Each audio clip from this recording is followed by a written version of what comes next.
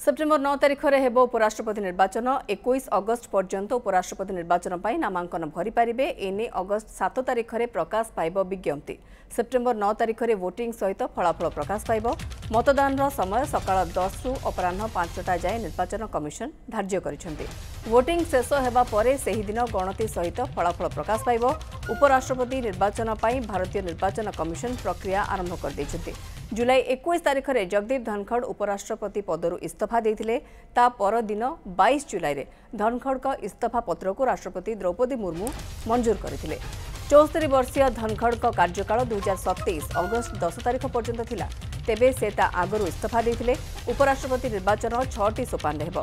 प्रथम निर्वाचन मंडल गठन हेब, जोंथरे लोकसभा और राज्यसभार समस्त निर्वाचित एवं मनोनीत सदस्य रहिबे। या परे निर्वाचन आयोग नामांकन, मतदान एवं फलाफल घोषणा ने विधिवत विज्ञप्ति जारी करिवे।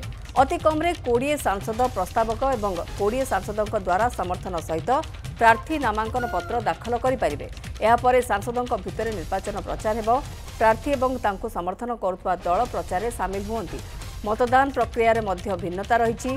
सांसद माने मतपत्र रे प्रार्थी मानकु प्राथमिकता अनुसार 1, 2 किंबा 3 भाव में नामांकित करिवे।